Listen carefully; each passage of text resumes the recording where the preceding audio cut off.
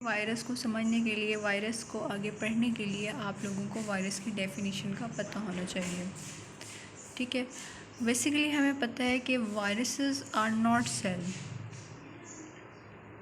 ठीक है, वायरस एक सेल नहीं होते। वायरसेस आर नॉट सेल, हम इनको सेल नहीं कहते। क्यों? क्योंकि ये ना कि इनको अपनी ज़िंदगी गुजारने के लिए होस्ट सेल की प्रेजेंस इनके लिए लाजमी है। ठीक है, ना इनके पास अपने कोई एंजाइम होते हैं, ना इनके पास अपनी कोई प्रोटीन्स होती हैं। ये टोटली डिपेंड करते हैं होस्ट की प्रोटीन के ऊपर। They are host independent, sorry host dependent. ठीक है, ये कैपेबल अपनी खुद डेवलपमेंट नहीं कर सकते, ऑल दो इनके अंदर अपना डीएनए और आरएनए होता है, लेकिन इन्हें होस्ट सेल चाहिए होता है अपनी रिप्रोडक्शन के लिए। This is the basic definition of virus. इसकी डिस्कवरी की हम बात करें तो चार्ल्स चैम्बरलैंड 1884 में आया, जिसने रेबीज़ को एक पोर्सिलीन पेपर के ऊपर पार कराया। ठीक है, आप ज़रा इसका ज़रा डिस्कवरी सुन लें, आपको ज़रा मैं आपको बता देती हूँ कंसेप्ट सारा, आपको समझ आ जाएगी कि सबसे पहले ना चार्ल्स चैम्बरलैंड 1884 में इसने रेबीज़ के वायरस को पोर्सिलीन के पेपर से पास कराया। तो वो जो रेबीज़ का वायरस था वो पोर्सिलीन के पेपर से पास आउट हो गया। पोर्सिलीन यू नो कि is very small type pores. ठीक है, 1000 to even 100 to 1000 नैनोमीटर उसका स्मॉल साइज पोर होता है, लेकिन वायरस जो है वो इतना छोटा है, इवन के not be seen through naked eye, वो इस पोर्सिलीन के पेपर से भी पास आउट हो गया। ठीक है, तब इसने कहा कि something which is even shorter than bacteria can pass through porcelain is called virus. Ivanovsky के सेकंड साइंटिस्ट था, ये 1892 में आया। इसने टोबैको मोज़ेक वायरस को भी सेम पोर्सिलीन के पेपर से फ़िल्टर आउट करवाया, और उसने देखा कि टोबैको मोज़ेक का वायरस जो है वो पोर्सिलीन से पास आउट हो गया। ठीक है, इसके बाद WM स्टैनले 1935। आपने इनके ये जो डिस्कवरीज़ के नेम है ये अच्छी तरह याद करने हैं। ठीक है, इसने क्रिस्टलाइज कराया इस टोबैको मोज़ेक वायरस को, और वो क्रिस्टलाइज हो गया। It means it show the property of non living thing. ठीक है, ये बेसिकली साइंटिस्ट आए जिन्होंने अपना रोल प्ले किया। The study of virus is called virology. हम डिफरेंट स्टडीज़ वायरसेस की स्टडी करते हैं वायरोलॉजी के चैप्टर में। अगर आप इसके करेक्टर्स की बात करें तो नॉन लिविंग से भी मैच करते हैं और लिविंग से भी मैच करते हैं। अगर हम नॉन लिविंग की बात करें तो आपको पता होना चाहिए इनके पास अपनी कोई मेटाबॉलिक मशीनरी नहीं है, और दो इनके पास आरएनए और डीएनए है, लेकिन इनके पास वो मशीनरी नहीं है जिसकी बेस पे ये इनकी ये आरएनए और डीएनए रेप्लिकेट कर सके। ठीक है, कैन बी क्रिस्टलाइज हो सकते हैं, डोंट रिस्पायर, ये सांस नहीं लेते। लिविंग थिंग्स, अगर लिविंग करेक्टर्स की बात करें, intracellular obligate parasite. Intracellular obligate parasite का मतलब है कि ये इन्हें होस्ट डिपेंडेंट है। इन्हें अपनी रिप्रोडक्शन के लिए, अपने नंबर को इंक्रीज़ करने के लिए इन्हें होस्ट की ज़रूरत होती है। इस टर्म को हम इंट्रासेलुलर ऑब्लिगेट पैरासाइट कहते हैं। ठीक है, ये डिस्ट्रॉय हो जाते हैं यूवी रेज से। ठीक है, आपने यहाँ रखना है कि यूवी रेज पीएच अगर हम कम करें या लो करें तब भी हम डिस्ट्रॉय हो जाएंगे, और टेम्परेचर, हाई टेम्परेचर पे जो पीएच इनकी जो होती है, temperature changes in pH and temperature, इन दोनों में चेंजेस और यूवी रेस के ज़रिए वायरस को मारा जा सकता है। अदरवाइज़ एंटीबैक्टीरियल इन पर कोई असर नहीं करती। स्ट्रेप्टोमाइसिन, पेनिसिलिन एट्सेट्रा, इनका कोई असर एज सच वायरसेस पे नहीं होता। ठीक है, only get infection when in host cell. आप अगर वायरस आपकी बॉडी से बाहर पड़ा है, आपको कोई इन्फेक्शन नहीं होगी। आपको इन्फेक्शन तभी होगी जब ये होस्ट के अंदर जाएगा। अगर हम इनके स्ट्रक्चर की बात करें तो कोर होता है और एक कोट होता है। ठीक है, कोर वो होता है जिसमें वायरल जीनोम डीएनए होता है और एंजाइम होता है। Enzyme they are very necessary for the core protein. अब फॉर एग्जांपल मैं आपको इसका स्ट्रक्चर बना दूं तो इस तरह ऐसे। ठीक है, ये वायरल जीनोम है, और इसके अंदर एंजाइम्स पड़े होते हैं, like reverse transcriptase, reverse transcriptase, ठीक है, एटसेट्रा। ये काम करेंगे कोर में। ये अंदर वाला कोर है। कोड क्या है? ये बाहर वाला इसका कोड है, इन्वेलप है। ये इन्वेलप है, ये इन्वेलप है,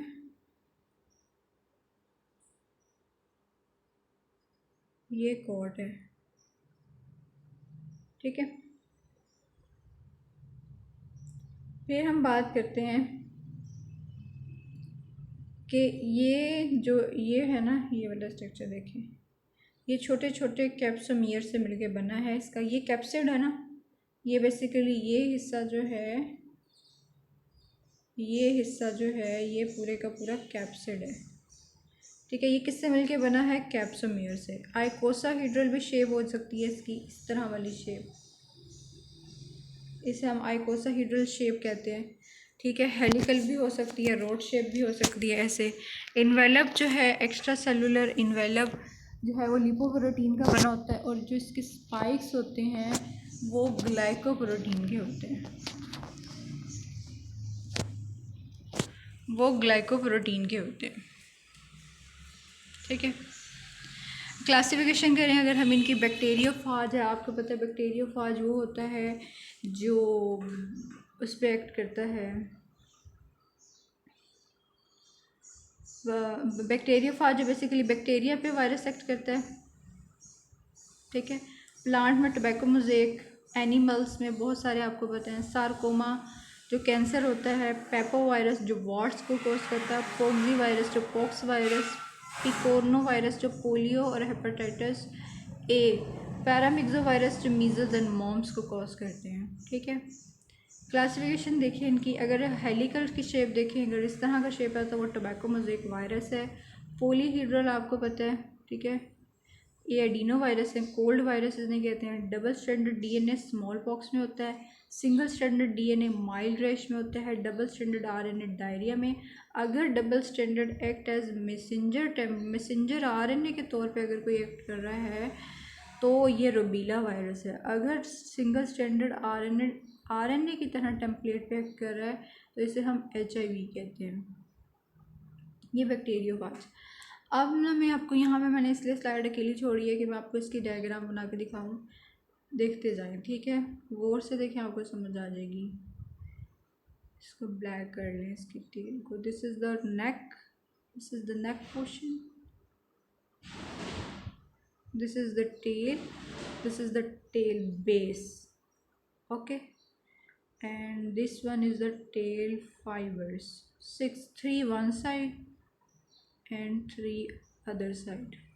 Genetic material is in the form of DNA, double stranded or either single stranded. This is the neck, this is the tail, this is the tail fibers, okay। अच्छा,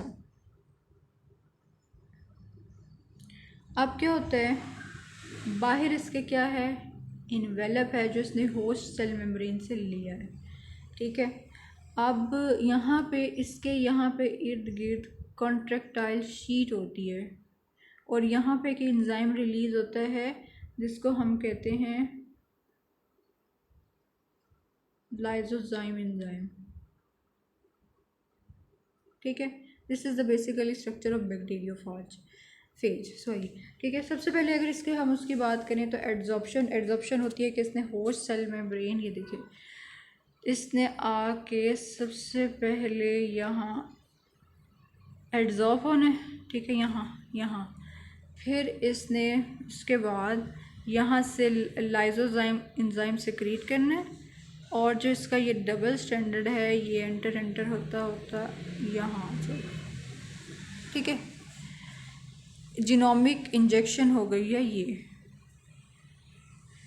replication बात करें lytic cycle और lysogenic cycle में, आपको पता है कि जब बहुत ज़्यादा तबाही मचानी हो बैक्टीरिया ने, वायरस ने, तो लिटिक साइकिल को फॉलो करता है। जब उसने बीमारी नहीं फैलानी है, बैक्टीरिया के डीएनए के साथ मिलके ग्रो करना है, तो उसको हम लाइजोजेनिक कहते हैं। इसे कहते हैं होस्ट कैस्ट रिलेशनशिप। इसको आपने याद रखना है, मास्टर स्लेव रिलेशनशिप। इसमें लाइसिस हो जाती है, यानी तोड़ फोड़ हो जाती है होल बैक्टीरिया सेल की। इसमें प्रोफेज की कंडीशन होती है। प्रोफेज का मतलब ये होता है कि ये देखें, ये एक होस्ट का डीएनए है और ये होस्ट का डीएनए है और ये वायरस का डीएनए। दोनों डीएनए जब आपस में मिल जाते हैं, इस कंडीशन को क्या कहते हैं, प्रोफेज। इंडक्शन का मतलब ये है कि इसने थोड़े देर बाद इस वायरस ने अलग हो जाना है और दोबारा इसी साइकिल को फॉलो करना है, इसकी तोड़ फोड़ कर देगा और इसमें जो है वो दोबारा जो येलो वाला है वो यहाँ पे सेपरेट हो जाएगा, यानी दोनों सेपरेट हो जाएंगे। ठीक है, इंडक्शन इसे कहते हैं। असेंबली होगी पहले। देखें, असेंबली का मतलब ये है कि जैसे बैक्टीरिया का सेल टूट फूट जाएगा ना, तो अब यहाँ वायरल कंपोनेंट उसके जो टूटे फूटे कंपोनेंट्स हैं ना वो सेल के, वहाँ से मिलके अपनी असेंबली करेंगे, अपने आप को जमा करेंगे, फिर मैच्योर होंगे, फिर बैक्टीरिया सेल को कंप्लीट तबाह बर्बाद कर देंगे, फिर वहाँ से रिलीज़ हो जाएंगे।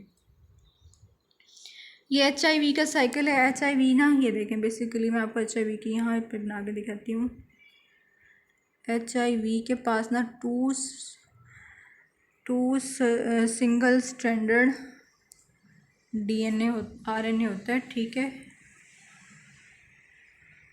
और यहाँ पे रिवर्स ट्रांसक्रिप्टेज का मॉलिक्यूल होता है। अगर इसको मैं ब्लू से बना लूँ, रिवर्स ट्रांसक्रिप्टेज को, ये यहाँ पे आके अटैच होगा। ठीक है, ये बेसिकली ये हो सॉरी इसको यूँ करें, ये यहाँ पे आके अटैच होगा। ठीक है, सबसे पहले इसका देखो RNA अंदर गया, ये डबल स्टैंडर्ड RNA में बना, फिर ये इसका ये DNA ये रहा। ठीक है, ये बैक्टीरिया के DNA के साथ मैच हुआ। Then it will go the process of prophase, यहाँ पर ट्रांसक्रिप्शन हुई, प्रोटीन बने, फिर इसकी देखो यहाँ से लाइसिस होगी, यहाँ से बैक्टीरिया अपना कंपोनेंट को जमा करेगा और दोबारा इस तरह के सेल बनाएगा और यहाँ से रिलीज़ हो जाएगा बाहर इस तरह की फॉर्म में। हेपेटाइटिस की बात करें तो ABCD एंड E जो होता है वो पिग से फैलता है, D आपको पता है वायरॉइड से फैलता है, C आपको पता है ब्लड सीरम सेक्सुअल कांटेक्ट और ब्रेस्ट फीडिंग से फैलता है, B इसी सेम पैटर्न पे फैलता है और A आपको पता है फीसिस से फैलता है, इन्फेक्टेड पर्सन के फीसिस से फैलता है, E भी फीसिस से फैलता है। ठीक है, A को हम कहते हैं B को कहते हैं सीरम हेपेटाइटिस, A को कहते हैं इन्फ्यूजन, C को कहते हैं नॉन A और नॉन B हेपेटाइटिस, D को डेल्टा हेपेटाइटिस और E को ई हेपेटाइटिस ही कहते हैं। पिरियंस आपने याद रखना है, पिरियंस का वर्ड वैसे ही पता चल रहा है तो आपने प्रोटीन रखना है। इसमें जेनेटिक मटेरियल नहीं होता, ये सिर्फ एक ही जीन कोड करता है और इसकी वजह से जो डिज़ीज़ होती हैं वो कुरू डिज़ीज़ होती हैं मैन में, जिसमें इंसान ना हंसना शुरू कर देता है विदाउट एनी रीज़न, और मैड काउ इन्फेक्शन ये बफेलोज और काउज वगैरह में भी बहुत सारी डिजीज़ कॉज करता है, जिस वजह से जो काउज और बफेलोज होती हैं वो बहुत ज़्यादा गुस्से वाला और अनएथिकल बिहेवियर शो करती हैं टूवर्ड्स देयर ऑनर्स। वायरॉइड्स जो होते हैं इनमें प्रोटीन नहीं होती, आपने याद रखना है, इनमें कोई प्रोटीन नहीं होती, विदाउट एनी प्रोटीन। और इसमें जो ह्यूमन से रिलेटेड आपने रखना है वो हेपेटाइटिस D याद रखना है, ये प्लांट पैथोजन होते हैं। ये single short circular single standard RNA होते हैं। ठीक है, सिर्फ इस तरह का ये RNA के बना हुआ सिंगल शॉर्ट RNA मॉलिक्यूल है, इसमें कोई प्रोटीन कोट नहीं होता। ठीक है, और ये एक एंजाइम होता है RNA पॉलीमरेज से, ये दोबारा RNA पॉलीमरेज से दोबारा छोटे छोटे वायरॉइड्स बन जाते हैं, इन्हें एज सच कोई रेप्लिकेशन की ज़रूरत नहीं होती। ठीक है, समझ आ गई ना। It does not code anti protein using RNA polymerase 2, ये 2 का वर्ड आपने याद रखना है। It replicates into another viral, यहाँ RNA पोलीमरेज एक्ट करेगा इधर इस साइड पे और छोटे छोटे वायरल्स में बन जाएगा। विरियंस आपको पता होना चाहिए कि एक complete mature infectious viral particle को आप क्या कहते हैं, आप उसको, this is basically the virion. Complete अगर मैच्योर हो जाएगा तो इसको हम विरियन कहेंगे। Thank you so much, hope so आपको इंशाल्लाह आज का लेक्चर समझ आ गया होगा। Waiting for the next lecture of our bacteria.